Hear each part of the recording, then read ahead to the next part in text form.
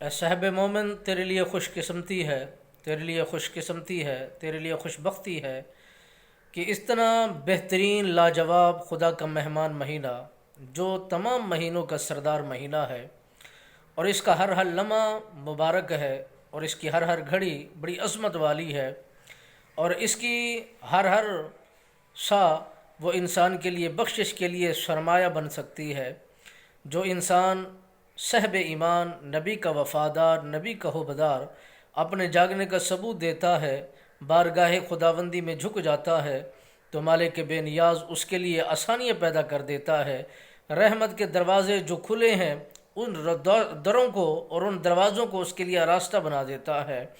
اور جو بھی انسان جو طلب کرتا ہے تو مالک بے نیاز اس کی دعا کو شرف قبولیت عطا فرماتا ہے۔ جس طرح مقدس مقامات ہوتے ہیں،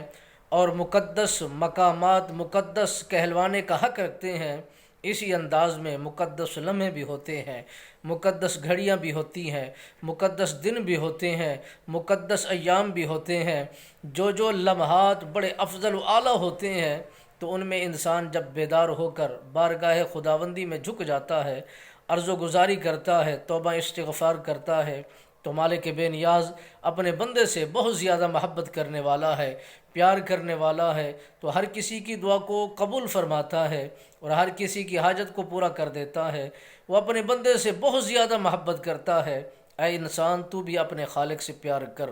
اپنے رازق سے پیار کر،